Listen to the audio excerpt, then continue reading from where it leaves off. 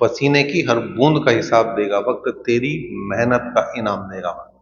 तेरी मेहनत का इनाम देगा वक्त, दरोगा की वर्दी पहनकर चलेगा जब तू, दरोगा की वर्दी पहनकर चलेगा जब तू, तेरे जुनून को सलाम देगा वक्त। और अगर आपको सलाम लेना है वक्त से तो आपको कड़ी मेहनत करनी होगी और एक सीट अपनी बुक करनी होगी यूपीएसआई में।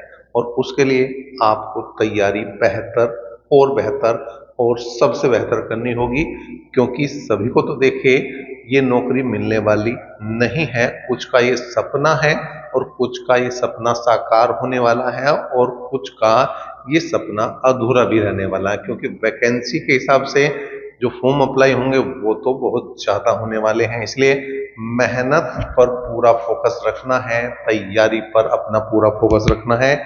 आज की क्लास में संख्या पद्धति के वो क्वेश्चन लेंगे हम जो गुणनखंड से संबंधित है। गुणनखंड का कैसा क्वेश्चन पूछा जाता है उसकी बात कर लेते हैं। 11025 के गुणनखंडों की संख्या बतानी है। गुणनखंडों की संख्या की हम यहां पर बात कर रहे हैं। देखिए भाई 11025 की बात करी है तो पहले आप इसे 5 से भाग करो। 5 से भाग करो, 5 दूनी 10, 5 दूनी 10 और 0 लगाकर 5 पंजे 25। फिर 5 से भाग कर दो, 5 चौक 20, 5 चौक 20 और 5 एकम 5। फिर किससे भाग कर दोगे भैया? 3 से भाग लग जाएगा। 3 एकम 3, कितने बचे यहाँ पर? 1। 3 चौक 12 और 3 सते 21। फिर 3 से भाग करो, 3 चौक 12 और 3 नम 27। फिर 7 से भाग करो, 7 सते 49। फिर 7 से भाग करो, 7 एकम 7। इसका मतलब अगर मैं बात करूं 11025 के फैक्टर की तो क्या हो गया भाई? 5 की पावर 2 है, फिर 3 की पावर 2 है, फिर 7 की पावर 2 है। कुल मिलाकर अगर मैं गुणनखंडों की संख्या की बात कर रहा हूं, गुणनखंडों की संख्या की अगर मैं बात कर रहा हूं तो कितनी हो जाएगी मेरे भाई? इसमें आपको एक चीज ध्यान रखनी है, जितनी भी घात है उसमें एक बढ़ाना है। जैसे इसकी घात 2 है तो 3 लिखो, इसकी भी 2 है इसे भी 3 लिखो, इसकी भी 2 है इसे भी 3 लिखो, तो 3 तिया 9 तिया 27।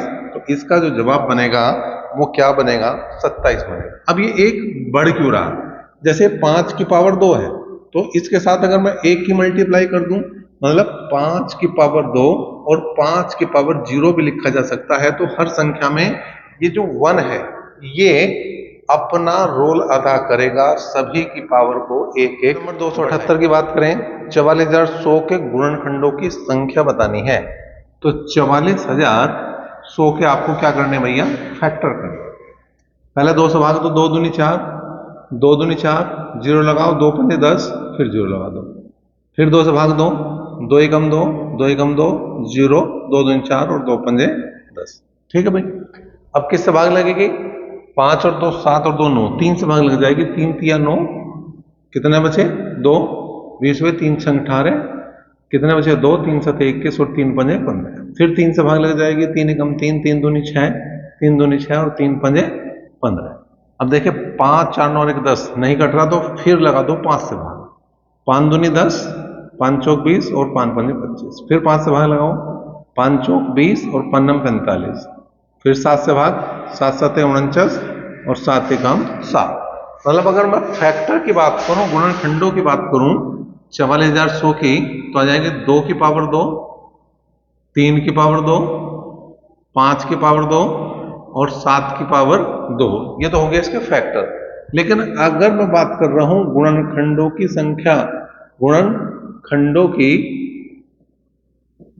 संख्या की अगर मैं बात कर रहा हूं तो मैंने पहले ही आपको बताया है कि जो भी पावर है उसमें एक प्लस कर दो। सब में 2 2 है तो 2 की बजाय क्या लिखेंगे? 3 गुणा 3 गुणा 3 गुणा 3।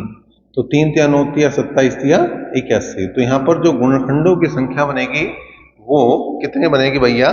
81 बनेगी और 81 ही आपका सही जवाब है, सटीक। अगले क्वेश्चन की बात करेंगे है 52,900 के गुणनखंडों की यहाँ पर संख्या बतानी है। 52,900 के गुणनखंडों की संख्या बतानी। पहले 2 से भाग दो, 2 दूनी 4, 2 से 12, 2 चौक 8, 2 पंजे 10। फिर 2 से भाग करो, दो एकम दो, दो तिया 6, दो दूनी 4, दो दूनी 4, दो पंजे 10। ठीक है भाई। अब किससे भाग लग जाए? 5 से लग जाएगी। 5 दूनी 10, 5 छंग 30, 5 चौक 20, 5 पंजे 25। फिर 5 से भाग लगेगी, 5 पंजे 25, एक बचे, और 5 दूनी 10 और 5 नम 45। अब ये है 23 का वर्ग, मतलब ये 23 से 2 बार कट जाए। कुल मिलाकर अगर इसके फैक्टर देखूं तो बनेंगे 2 की पावर 2, 5 की पावर 2 और 23 की पावर 2। अब गुणनखंडों की संख्या की अगर मैं बात करूं, गुणनखंडों की संख्या की अगर मैं बात करूं तो सारी पावर में एक एक बढ़ा दो, 2 की बजाय 3 गुणा 3 गुणा 3, 3 तिया 9 तिया 27। तो जवाब क्या बनेगा भैया? 27 बनेगा इस क्वेश्चन का 52,900 के गुणनखंड। क्वेश्चन नंबर 280 की बात करें, 1540 में गुणनखंडों की संख्या बतानी है। तो 1540 के फैक्टर कर दो, पहले 2 से काट दो भाई। 2 सते 14, 2 सते 14 0, फिर 2 से काट दो, 2 तिया 6, 2 अट्ठे 16, 2 पंजे 10। ठीक है भाई। अब यहां पर देखो 5 से काट दो, 5 सते 35, 3 बचे, 5 सते 35, फिर 7 से काट दो 11 बार, और फिर 11 से एक बार। कुल मिलाकर 1540 के गुणनखंड देखो तो 2 की पावर 2 है, 5 की पावर 1 है, 7 की पावर 1 है, और 11 की पावर भी कितनी है भैया? 1 है। सबकी यहां पर गुणनखंड की अगर मैं बात करूं, यहां पर क्या हो जाएगी? यहां गुणनखंडों की संख्या की अगर मैं बात करूं, पावर में एक बढ़ाओ, उत्तर पाओ। 2 और 1 3, 1 और 1 2, 1 और 1 2, 1 और 1 2। तो 2 दूनी 4 दूनी 8, 8 तिया 24। तो यहां पर जो उत्तर बनेगा क्वेश्चन नंबर 280 का, वो कितना बनेगा? 24 बनेगा। अगले क्वेश्चन की बात करें, 1610 में गुणनखंडों की संख्या। 1600 कितना है? 10 है। तो पहले 2 से भाग करो, 2 अट्ठे 16, 0, 2 पंजे 10, फिर 5 से भाग करो, 5 एकम 5, 5 छंग 30, 5 एकम 5, फिर 7 से भाग लग रही, 7 दूनी 14, 2 बचे, 7 तिया 21। अब किससे भागने लगना है? किससे लगेगी भाई? 23 से लगेगी। ठीक। तो यहां पर कितना होगा? 23 एकम 23। इसका मतलब अगर 1610 के गुणनखंडों की बात करें, 2 की पावर 1, 5 की पावर 1, 7 की पावर 1, 23 की पावर 1। ठीक है। अब हमें निकालना क्या है? गुणनखंडों की संख्या। गुणनखंडों की संख्या क्या करेंगे? एकक बढ़ा दो, ये भी 2 हो जाएगा, ये भी 2, ये भी 2 और ये भी 2। एक में बढ़ाओ, 1 2, फिर 2, फिर 2, फिर 2। पावर में क्या करना? एकक प्लस करना। तो 2 दूनी 4 दूनी 8 दूनी 16, और ये इसका क्वेश्चन नंबर 81 का जवाब रहा। क्वेश्चन नंबर 82 की बात कर लो भाई। 1680 के गुणनखंडों की क्या बतानी? संख्या बतानी। 2 से भाग दो पहले, 2 अट्ठे 16, 2 चौक 8, 0 जो कि तू लगाओ, 2 चौक 8, 2 दूनी 4, 0 जो कि तू लगाओ, 2 दूनी 4, 2 एकम 2, 0 जो कि तू लगाओ, 2 एकम 2, 0 लगाओ, 2 पंजे 10। अब यहाँ 3 से भाग दो, तो 3 तिया 9, 3 पंजे 15, फिर 5 से भाग दो, 5 सते 35, फिर 7 से भाग लगाओ, 1। कुल मिलाकर 2 की पावर 4 है, 3 की पावर 1 है, 5 की पावर 1 है, और 7 की पावर 1 है। गुणनखंडों की संख्या की बात करें तो 4 में 1 बढ़ा दो 5, 1 में बढ़ा दो 1 2, 1 में 1 बढ़ाओ 2, और 1 में 1 और बढ़ाओ 2। तो 2 दूनी 4 दूनी 8, 8 पंजे हो जाएंगे 40। तो यहाँ पर अगर गुणनखंडों की संख्या की बात करूं तो क्वेश्चन नंबर 282 का उत्तर बनेगा 40। क्वेश्चन नंबर 283 की बात करें, 1750 के गुणनखंडों की संख्या बतानी है। तो 1750 को पहले 2 से भाग देंगे भाई, 2 अट्ठे 16, 2 सते 14, 2 पंजे 10, फिर 5 से भाग लगाएंगे, 5 एकम 5, 3 बचे, 5 सते 35 हुए, 2 बचे, 5 पंजे 25, फिर 5 से भाग लगाएंगे, 5 तिया 15 और 5 पंजे 25। ठीक है। फिर 5 से भाग लगाएंगे 7 बार, और 7 से भाग लगाएंगे 1 बार। ठीक है। तो गुणनखंड अगर देखूं तो 2 की पावर 1 है, 5 की पावर 3 है, और 7 की पावर 1 है। अब संख्या देखनी गुणनखंडों की, हमें क्या देखनी? संख्या। बढ़ाओ, 1 की जगह 2 लिखेंगे, 3 की जगह 4 लिखेंगे, 1 की जगह 2 लिखेंगे, तो 4 दूनी 8 दूनी 16, तो उत्तर बना 16। क्वेश्चन नंबर 84 की देखें भाई, 60 के गुणनखंडों की संख्या, 60 के गुणनखंडों की संख्या फैक्टर कर दो 60 के।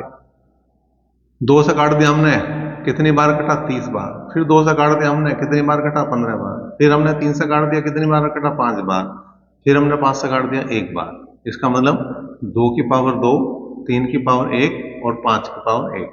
अगर मैं गुणनखंडों की संख्या की बात कर रहा हूं तो 2 की बजाय लिखेंगे 3, 1 की बजाय लिखेंगे 2 और 1 की बजाय लिखेंगे 2। तो 2 दूनी 4 और 4 तिया 12 गुणनखंडों की संख्या बन जाएगी कितनी? 12। क्वेश्चन नंबर आ गया आपका 285। 250 में कितने विभाजक हैं? बात वही है, कितने गुणनखंड हैं। तो 250 के फैक्टर कर दो, 250 के फैक्टर कर दो, 2 एकम 2, 2 दूनी 4, 2 पंजे 10। ठीक है भाई। अब यहां पर 5 से भाग करा, 25 पंजे 125, फिर 5 से भाग करा, 5 पंजे 25, फिर 5 से भाग करा एक बार।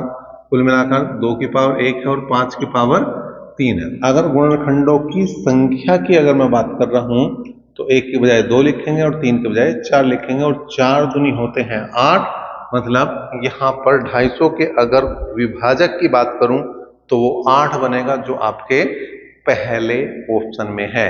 तो ये संख्या पद्धति के वो सारे क्वेश्चन रहे हैं जो गुणनखंड से संबंधित यूपीएसआई एग्जाम में आए हैं। तो संख्या पद्धति के लगभग हम सभी क्वेश्चनों को ले चुके हैं जो 2021 में या उससे पहले आए थे। आगे हम नया चैप्टर आपके लिए लेकर आएंगे।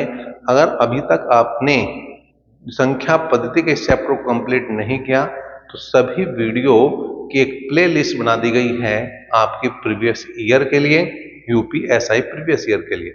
तो वहां से जाकर आप इन सभी क्वेश्चनों को देख सकते हैं। अभी तक के लिए इतना ही। नेक्स्ट क्लास तक बने साथ। धन्यवाद।